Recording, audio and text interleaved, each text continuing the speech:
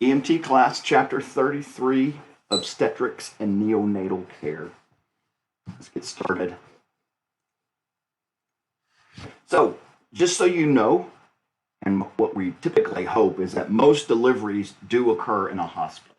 So, by that happening, then typically you're going to get the doctors, the nurses, the entire staff that's going to be able to be there with the doctor.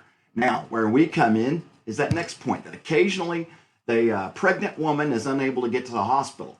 So what happens, that birthing process moves faster than the pregnant woman expects, or she is unable to get to a hospital. So that's where we come in many times. So it might be on the side of a road or in a bathroom at a restaurant, or who knows, you may end up responding to an OB call.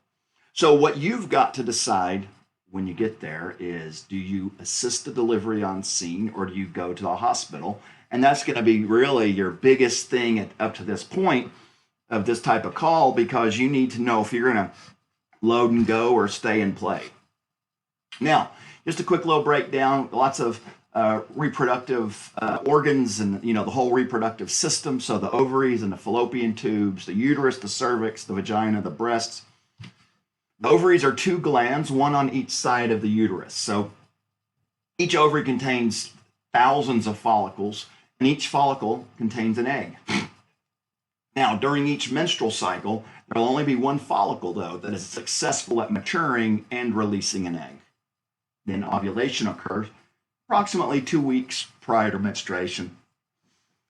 And then if fertilized, the egg implants in the endometrium, which, if you're aware, is the lining of the inside of the uterus, where things are supposed to work. If the egg is not fertilized within around 36 to 48 hours after it's been released, it's going to die, and the lining is shed as the menstrual flow. And this typically occurs, around the 28th day of a woman's cycle. Now, the fallopian tubes, they extend out laterally from the uterus. One tube is associated with each ovary. Now, fertilization occurs when a sperm meets the egg. Now, usually when the egg is inside the fallopian tube, but the fertilized egg then continues to the uterus, where if implantation occurs, it develops into an embryo and then a fetus and grows until the time of the delivery. Where this stuff starts really working here is the uterus. That's a muscular organ. It encloses and protects the developing fetus for about 9 months, or approximately about 40 weeks. So the uterus produces contractions during labor and then ultimately helps to push the fetus through the birth canal. And then that birth canal, it's made up of the vagina and the lower third of the uterus, which is called the cervix. During pregnancy, the cervix contains a mucus plug that seals the uterine opening. And what that does is to help prevent contamination, because where baby's at, we don't need to get that all contaminated and make baby sick. Now, when the cervix begins to dilate, so when it essentially starts to open up and get bigger, that plug is discharged into the vagina as a pink-tinged mucus plug, or sometimes you might hear it as a bloody show. This small amount of bloody discharge often signals the beginning of labor. So that's something we want to find out if they've actually passed that or had that bloody show, because that tells us that we're getting a little long. We're getting there. Kind of getting in on the business side here. Here's a picture of everything we talked about: the cervix and the placenta. You see the fundus up at the top. That's going to be important to remember too. We'll talk a little bit about that in a minute. And uterus, it's got baby, amniotic fluid in there with baby, and all the ladies' organs around. Now, the vagina is the outermost cavity of the female reproductive system and forms the lower part of the birth canal. It begins at the cervix and it ends at the external opening of the body. So the vagina completes the passageway from the uterus to the outside world for the newborn. So that's, you might call it the chute, basically. That's where we're going to bring baby from. The perineum is the area between the vagina and the anus. Now, in a pregnant woman, the breasts produce milk that is carried through small ducts to the nipples to provide nourishment to the newborn once it is born. That's how we're going to start feeding baby, obviously. Early signs of pregnancy in the breasts include increased size and tenderness. So the placenta attaches to the uterine wall, connects to the fetus by the umbilical cord. I think I mentioned this a second ago, but the placenta, it's a disc-shaped structure, and the placenta, as you can see here, placenta, disc-shaped structure that attached to the uterine wall. What that does is that provides nourishment to the fetus, to the baby. So we see here we have the umbilical cord here. This is how we're feeding baby. So you see all this stuff going on here, all this perfusion and blood and oxygen and nourishment and all of that stuff happening. And that's the way that we're feeding baby, is through there. And the placental barrier consists of 2 layers of cells, keeping the circulation of the woman and fetus separated, but allowing substances to pass between them. Now, one thing to think about, anything that mom takes in her body, the main word is the potential. Some things don't cross the barriers, but most things do. So as you see, nutrients, oxygen, waste, carbon dioxide, toxins, many medications. So, if mom is taking opiates, and we know that respiratory depression is a side effect of opiates, that's also going to get passed on to baby. Some things are not, but for the most part, most medications are. Now, so after delivery, the placenta separates from the uterus and it is delivered. The umbilical cord, we just showed you that's the lifeline of the fetus. So it connects the woman and the fetus through the placenta. And then the umbilical vein carries oxygenated blood from the placenta to the heart of the baby. And the umbilical arteries carry deoxygenated blood from the heart of the fetus to the placenta.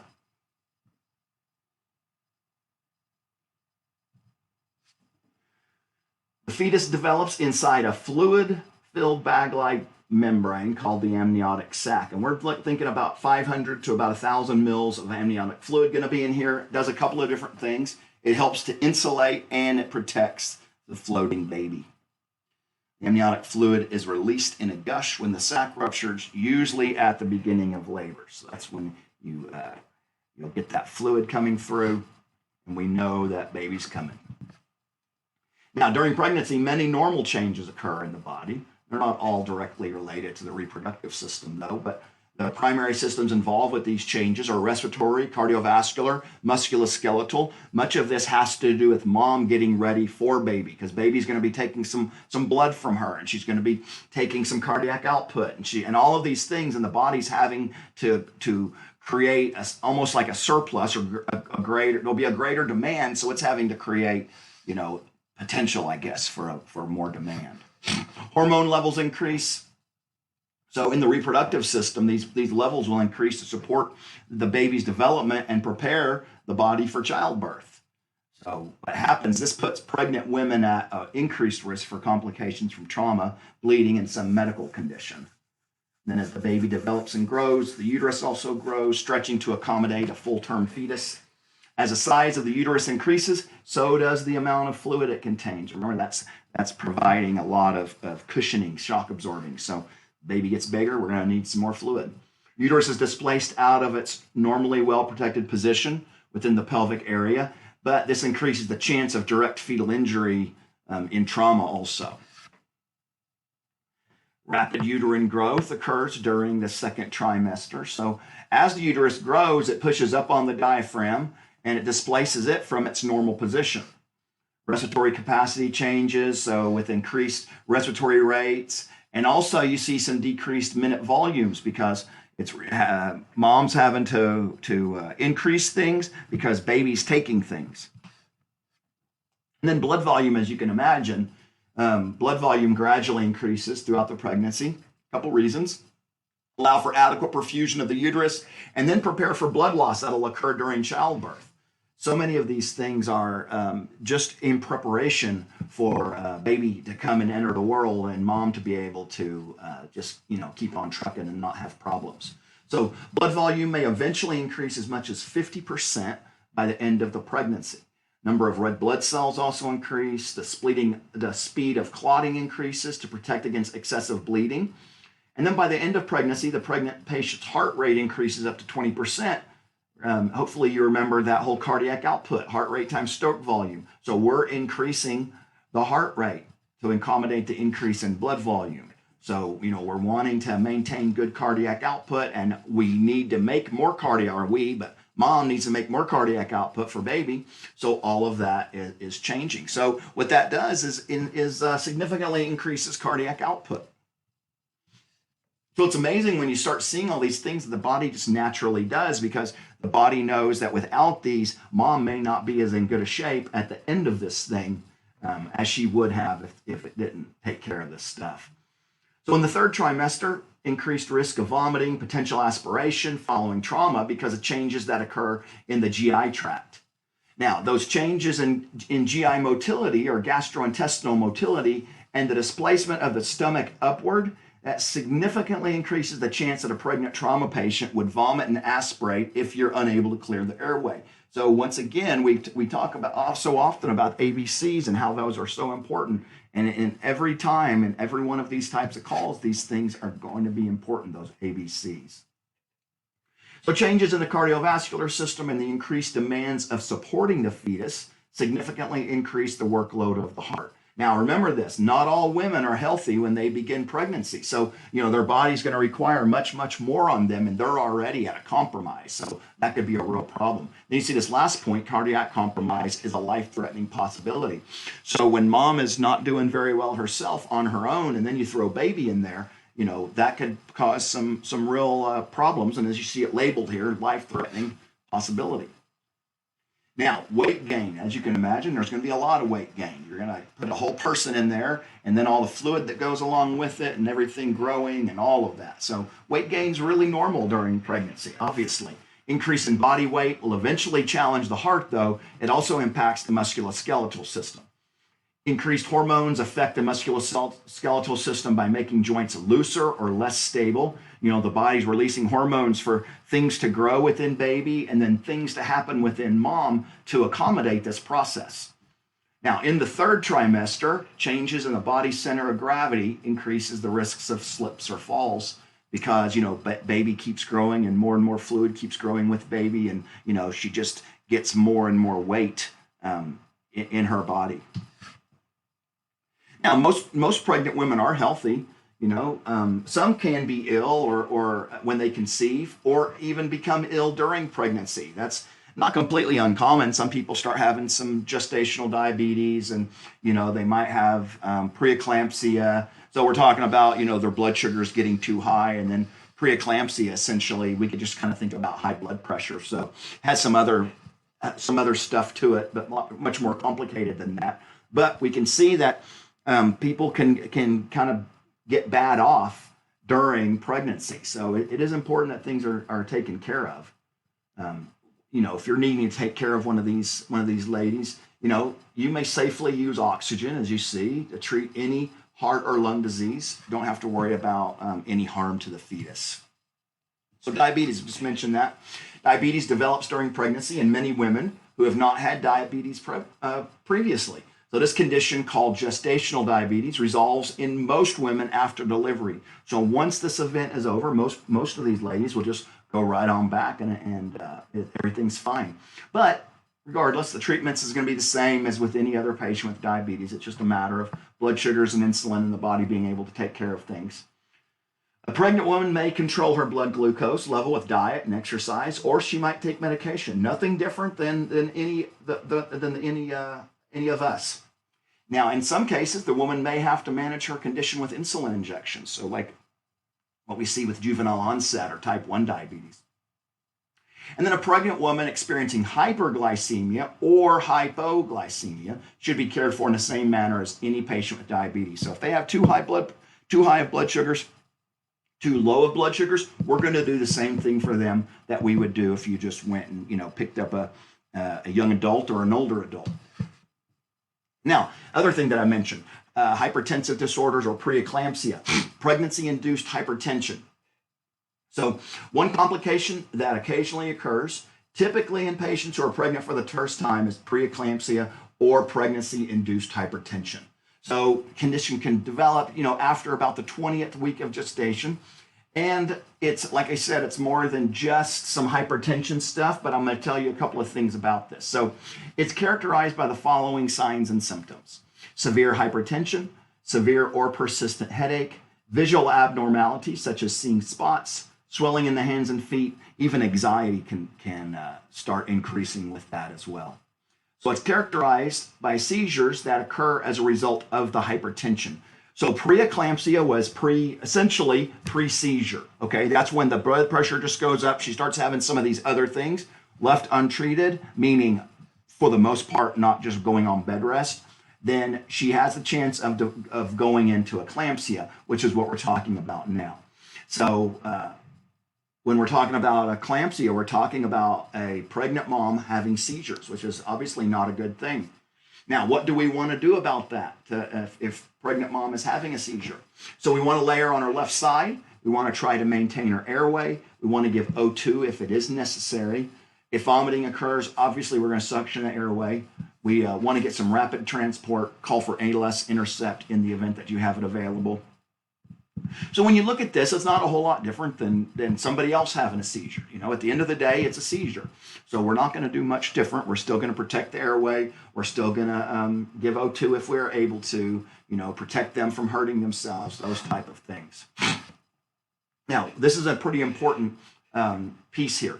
So transporting the patient on her left side can also prevent supine hypotensive syndrome. So what we're saying is, if you will raise the body up just a little bit on one side, so you transport the patient on her left side, then the baby is not going to be pushing down on the vena cava. What happens is the baby pushes all that weight on the vena cava, and it starts decreasing the amount of cardiac output, which we understand is a real problem. And what we get for that is, as you see that last point, hypotension, low blood pressure. So if she's on a board, you can elevate that board over onto the left side, or if and everything's fine and she's able to just lay there without a board, without spinal precautions, she can roll on her left side. You know, you've got lots and lots of things that can help.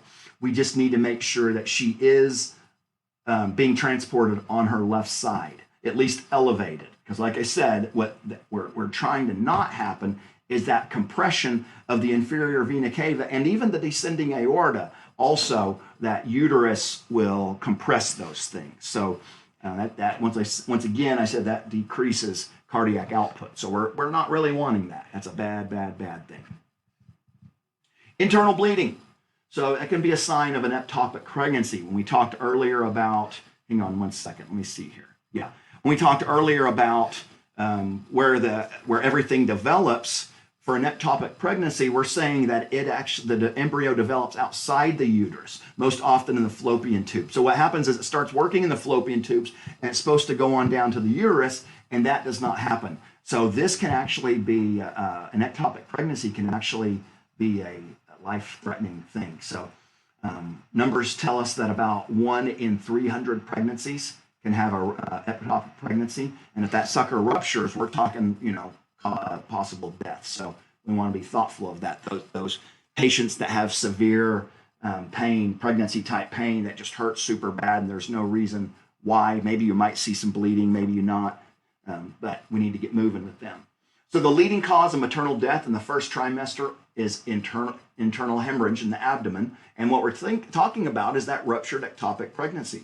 So consider the possibility in a woman who has missed a menstrual cycle and complains of sudden, severe, usually unilateral pain in the lower abdomen, unilateral being one side.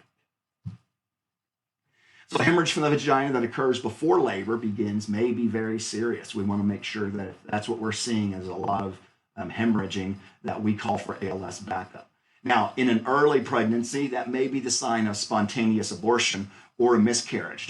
I think I said this before on another one, but don't let the word abortion throw you off and say, well, no, they didn't go have that done. This is just the body ridding itself of babies. So spontaneous abortion, the body just takes care of it for whatever reason.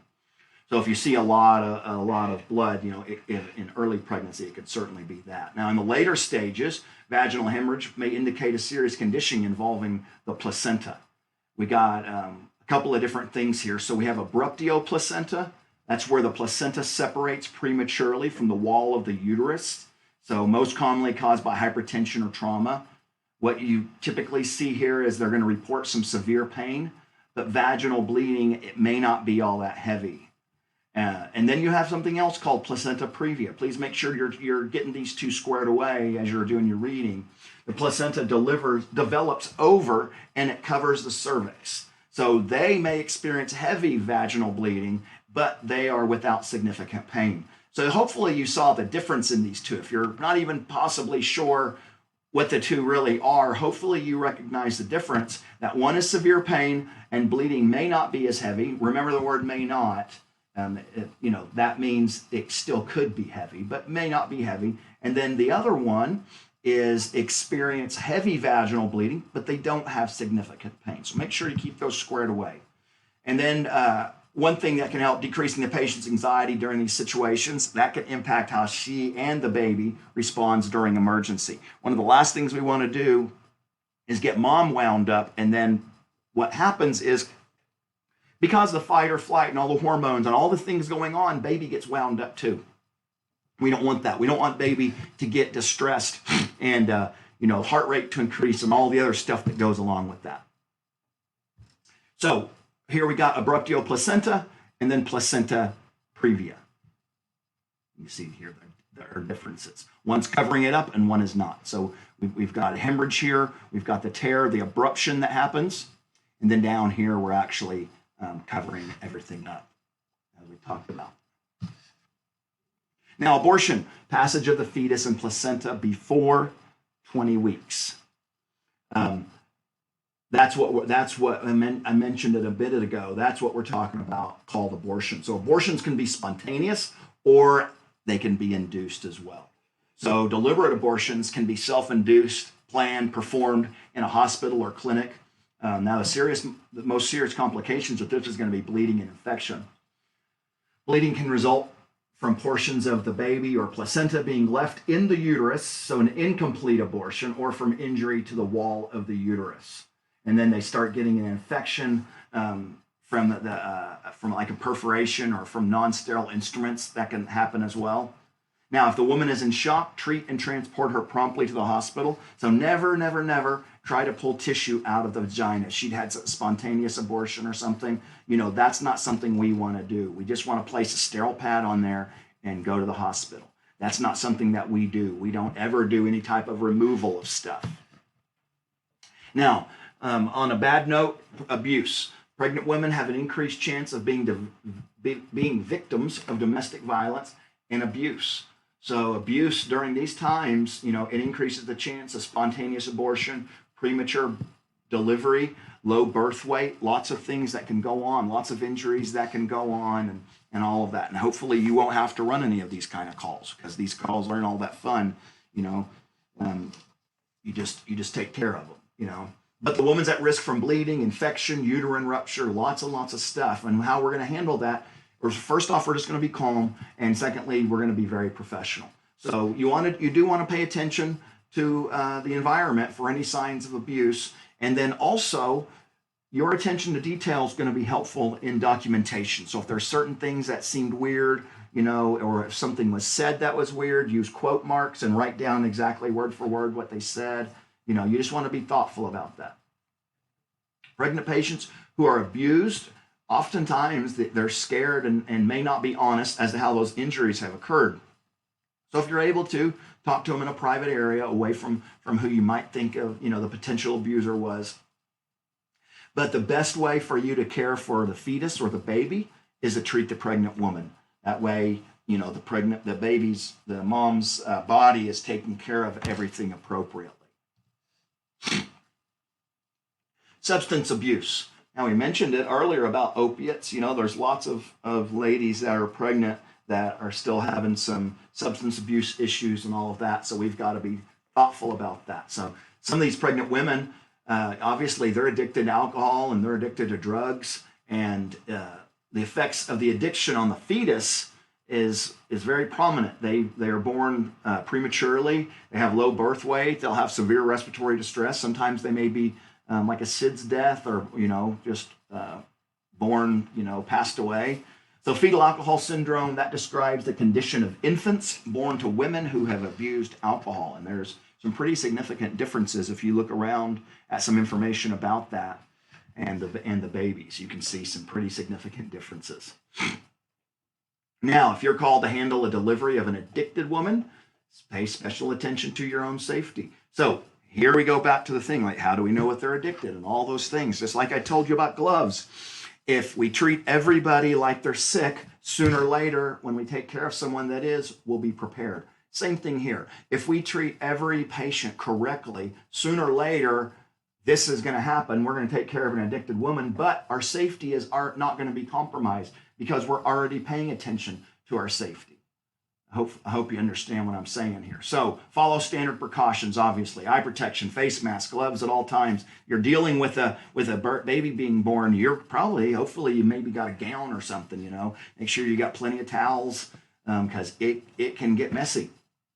Clues that you're dealing with an addicted patient. Going to include several things. So presence of drug paraphernalia, you may see some empty wine or liquor bottles, or even some statements made by family or bystanders, or even by the patient herself.